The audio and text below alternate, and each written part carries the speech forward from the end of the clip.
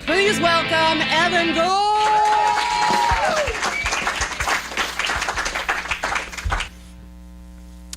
What drinks are for. In medieval times, what medicines there were often digestives, high in alcohol content and brewed with a mixture of exotic herbs and spices. Today's drinks are no different. Each drink, when applied correctly, will help you achieve the desired effects upon your being. Gin is for your first awareness of alcohol. If used correctly, the gin aroma on your uncle's breath will mix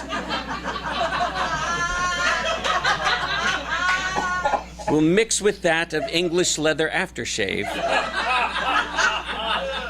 in a distinctly masculine, distinctly adult vapor, which will waft off your uncle for all the years you will know him to be alive. The smell is used for raising questions in your mind when you are very young. As a secondary usage, the scent of gin will also bring back the dead in the form of memories that snap you back to your youth, back to your uncle, back to the craziness that was his entire emotionally deaf family. French Burgundy is for your first taste of wine, taken from your mother's glass at the dinner table. After years of discussions on wine, corks, bottling, vintages, and countries, the time will come when you taste the wine. Younger users with broad vocabularies may report the drink musty, acrid, and unpleasant. Peppermint schnapps is for throwing up. When taken in dosages of a half-pint bottle, peppermint schnapps is a known remedy for wanting to drink peppermint schnapps never again.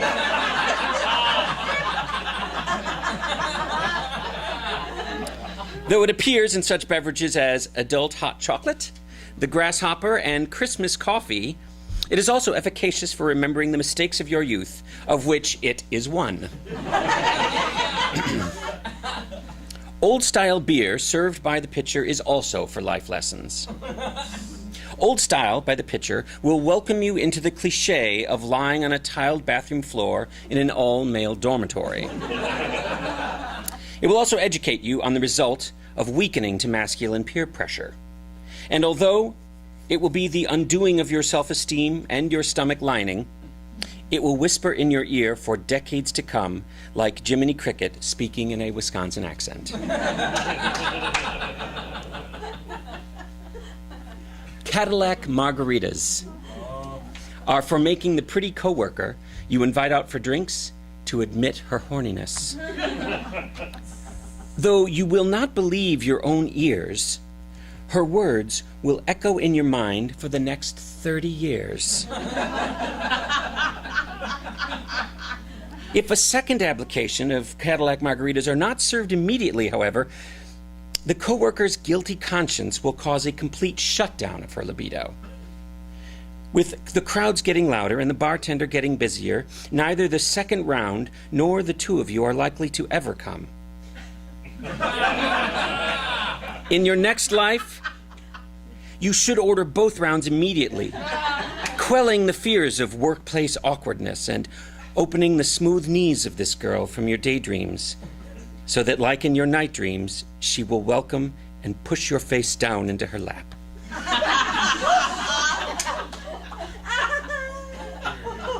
Jim Beam is for similar uses.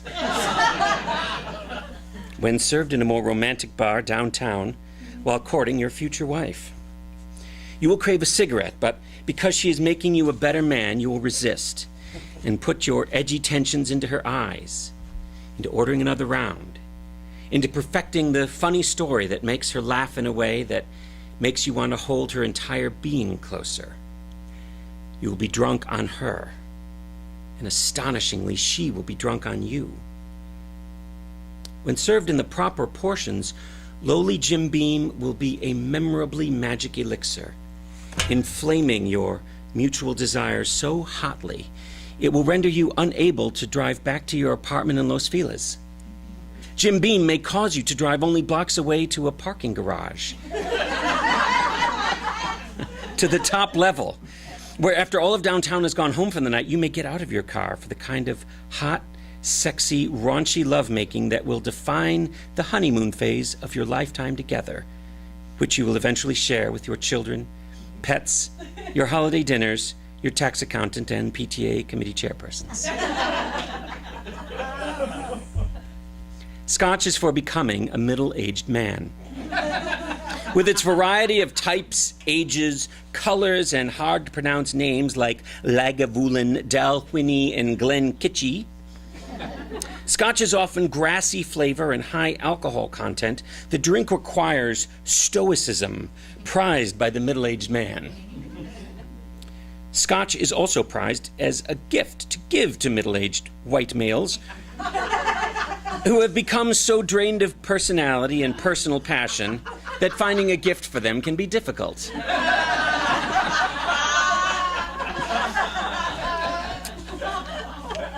Coors Light, the silver bullet, in the Stay Cooler Longer technology cans, is for homeowners. When plumbing problems arise, too simple for a professional yet too complicated for an amateur, Coors Light is the currency to pay the fee for a more masculine neighbor's help. Serve in unlimited portions and drink one yourself while he's there so he won't feel like he has a drinking problem. Blue Moon Belgian White Lager is for pleasing your male middle-aged friends. In any grouping of middle-aged friends, beer must often be provided, but not any beer will do. It must be the right beer, and if money is any kind of object, finding the right beer can be a Rubik's Cube of decision-making. The beer must be interesting. It must connote class, intellectual curiosity, a broad palate, have an interesting story, and be novel enough that your middle-aged friends have not grown tired of it, or have thought to bring the exact same thing. Blue Moon Belgian White Lager is a purchase that always finds the sweet spot between something your wife will drink, yet boutique enough for your friends who prefer IPAs because of their hoppiness. Fuck them, by the way. Fuck them. Jack Daniel's is best served in mixed company at a bar, pub, tavern, or anywhere with a dark booth and an attractive woman. 1 serving is for being charming. 2 servings is for telling better lies. 3 servings is truth serum. 4 servings is a love potion guaranteed to ignite passions in the drinker that will certainly be rebuked. Irish whiskey has many uses for many peoples of the globe. The principal use of Bushmills and Jameson are to open discussions of religious culture and whiskey. The two are known to taste surprisingly the same, but they come from in different looking bottles, but Jameson is Catholic and Bushmills is Protestant. Either way, Irish whiskey is best for drinking alone. Drinking alone has a negative stigma. Yet, at a certain chapter in life of certain people with certain stresses and certain strains, drinking alone becomes more a certain pleasure, a certain inevitability, and a certain obligation. Jack Daniel's American Honey Whiskey is only for truth-telling. It is not for public consumption, but specifically for the private residence. Whether in mixed company or among your gender peers, American Daniel's American Honey Whiskey excites the passions in a manner that is not to be trifled with. Served on ice, the average mortal man can consume half a bottle of this delicious, delicious beverage, leading to a shortened pathway between the id and the mouth. Woe-filled monologues may occur. Do not see your doctor. They don't have time for this shit. Sober up and you'll be fine, they say. A word of caution. Prolonged use of this product in mixed company may lead to longings for one's youth. Excessive use of Twitter leading to late-night overeating and or masturbation. Smirnoff Green Apple Vodka is for supporting your mother in the final days of your father's life. You've waited a long time for this convalescence, and you search the house for something to drink. but find only the junk liquor she's accumulated now that she lives alone. Without your father there to purchase the better hooch, your mother has contented herself with a drink that tastes neither of vodka nor of green apple. Still, it is not the taste that matters, but just the existence of it, its medicinal properties, which bring you closer to the medieval apothecary whose fermented intoxicants gave them godlike powers of healing.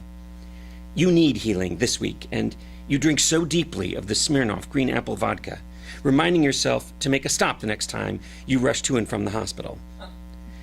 By the time your father eventually dies, you will toast him with better vodka, the kind he would have bought himself. But for now, for these days of waiting, the awful amateur flavor of Smirnoff green apple vodka is at least one you will never forget. It's good to know what drinks are for. Drinks are for the drinker, and the drunk too, for the mind and the body. We drink to forget, yet we end up remembering. Highballs for your grandpa, Miller for your dad, creamy Fisher beer for your punk rock roommate in college, Kool-Aid and vodka for those idiots from high school, Freshenette for your sister's wedding, Maker's Mark for your neighbor's porch. Here's to us. A drink to the sluts, a drink for the win, another for our loss. Here's to you, here's to me. That's what we drink for.